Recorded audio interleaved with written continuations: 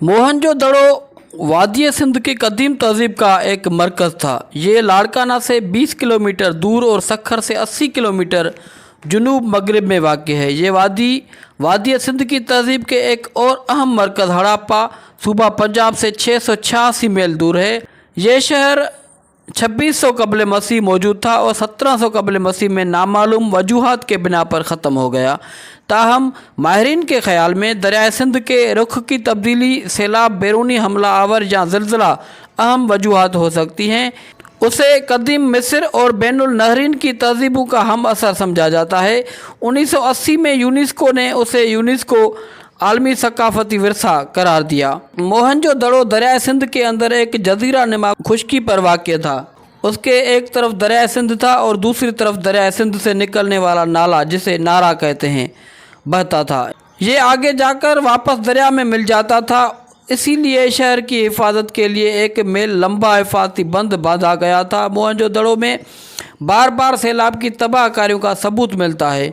सैलाब की लाई हुई गार से इस शहर की सतह इर्द गिर्द की ज़मीन से 30 फुट बुलंद हो गई। हम जब मोहनजो दड़ो जैसा आलीशान शहर देखते हैं जिसके मकानात पुख्ता और मजबूत 2-2, 3-3 मंजिला ऊंची हैं, उनमें सड़कें हैं, बाज़ारें हैं, उनके बाशिंदों की ज़िंदगी और रवाज और आदात सांचे में ढली हुई मालूम होती है। ये अजीब बात मोहनजो दड़ो के वो आसार जो सबसे ज़्यादा गहराई में है वो सबसे ज़्यादा तरक्की का पता देते हैं। यानी जब यहाँ के शहर पहले पहल बने तब यहाँ की तहजीब अपने उरूज पर पहुँच चुकी थी और बाद में उसे ज़वाल आता रहा। मोहनजो दड़ो में किला असल शहर के अंदर एक मुनफरिद और मुमताज़ हैसियत रखता था, जिसके इर्द गिर्द गलियाँ एक जाल की शक्ल में फैली हुई हैं और गलियों के उस जाल की जगह जगह इमारतों के ब्लॉक में किला और शहर और किले के दरमियान में एक वाज़ेह खिला है। हो सकता है कि किले के इर्द गिर्द वसी और गहरी खंदक हो जिसमें पानी छोड़ा गया हो, या फिर दरिया का पानी लाया गया हो, या कुदरती तौर पर दरिया की एक शाख ने उसको जजीरे की शक्ल में घेर रखा हो। हमाम के फर्श को पानी बंद बनाने के लिए फर्श के नीचे खड़िया मिट्टी यानी जिप्सम का गारा लगाकर उसके बगल के बिल ईंटें जोड़ी गई थी। खड़ी ईंटों के दरमियान में खड़िया मिट्टी का गारा लगाया गया था। खड़ी ईंटों के उस फर्श के ऊपर लक की एक मोटी तह बिछाई गई थी, उसके ऊपर पुख्ता ईंटें चुन दी गई थी। दीवारों में भी यही उसूल अपनाया गया था। हमाम की अंदरूनी सिमत पुख्ता ईंटों के दीवार, उसके पीछे आखिर में ईंटों की चुनाई, जनूब मगरबी कोने पर पानी की नकास की एक खूबसूरत जाग बंद कद आदम नाली थी।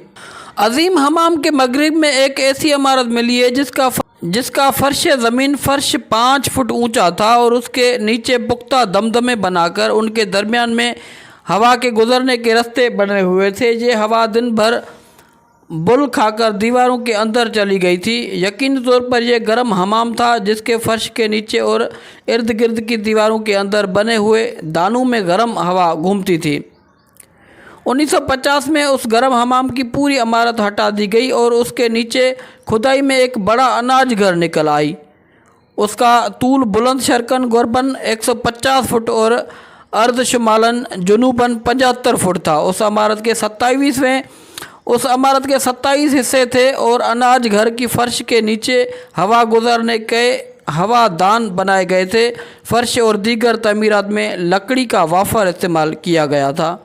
मोहनजो दड़ो में कुल 9 रहायशी पुरतें निकाली गई। उनमें कई जगह सैलाब की तबाहकारियों का सबूत मिलता है, लेकिन उन मुतफरिक अदवार की मादी सकाफत में ज़रा फ़र्क नहीं मिलता। न ज़बान बदली है न रस्म उल्कत। एक ऐसी ज़मीन पर जिसमें ज़बान ने मुतअद्दिद शक्लें अख्तियार की हैं और रस्म उल्खत बार बार यकसर तब्दील हुआ है, उसमें एक ही रस्म उल्खत का तसलसल उसके ठहराव का बड़ा सबूत है। मालूम होता है कि इस निज़ाम का एक इंतहाई तरक्की याफ्ता अफसरशाही मशीनरी पर मुश्तमिल मज़हबी बादशाहत का निज़ाम था।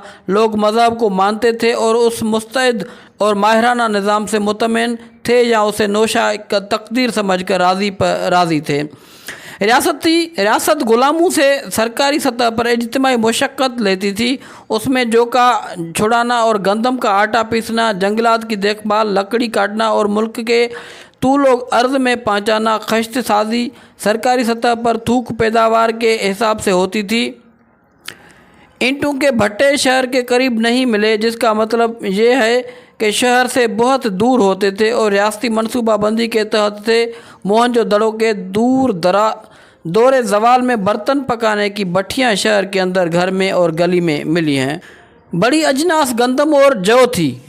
اس کے علاوہ تل اور مٹر بھی کاشت کیے جاتے تھے۔ کپاس کاشت کا ثبوت موہنجودڑو سے ملا ہے۔ کپاس کے دھاگے سے بنے ایک کپڑے کا ٹکڑا بھی یہیں سے ملا ہے جس پر سرخ اور مجیٹھی رنگ چڑھایا گیا تھا۔ آج بھی سندھی اجرک کے یہ مخصوص رنگ ہیں۔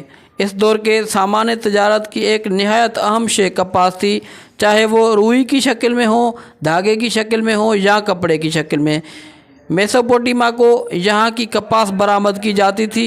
بکری وہی نفیس اون والی بکری جس سے شالیں بنتی ہیں، لہذا وادی سندھ میں اونی لباس کا استعمال خارج امکان نہیں۔ ذرائع آمدرفت میں ایک بہت بڑا ذریعہ تو دریا اور کشتیاں تھی۔ اس کے علاوہ بیل گاڑیاں اور گھوڑا میدانی علاقوں میں، پہاڑی اور صحرائی علاقوں میں اونٹ استعمال ہوتا تھا۔ غالباً سب سے بڑا ذریعہ بیل گاڑی تھی جس کے پیہے ٹھوس ہوتے تھے اور اس کا قطر 3 فٹ 6 انچ ہوتا تھا۔ وادی سندھ بنیادی طور پر زرعی ہے۔ دیوی ماں، مقدس درخت، شجر حیات، لنگم دیوتا، یونی دیوی، یہ سب مقامی تصورات ہیں اور زرخیزی اور مذہب تعلق رکھتے ہیں۔ ان سب مذاہب کی بنیاد دیوی ماں پر تھا۔ وادی سندھ کی تہذیب سے کوئی قد آدم یا دیو قامت مجسمے نہیں ملے، نہ کہیں چٹانوں پر کنند عبارتیں ملی۔ اگرچہ مذہب کی گرفت اجتماعی تھی مگر عبادات کی ادائیگی انفرادی معاملہ تھا۔ اشنان ایک مذہبی عبادات تھی اور مذہبی باولیاں بن چکی تھی۔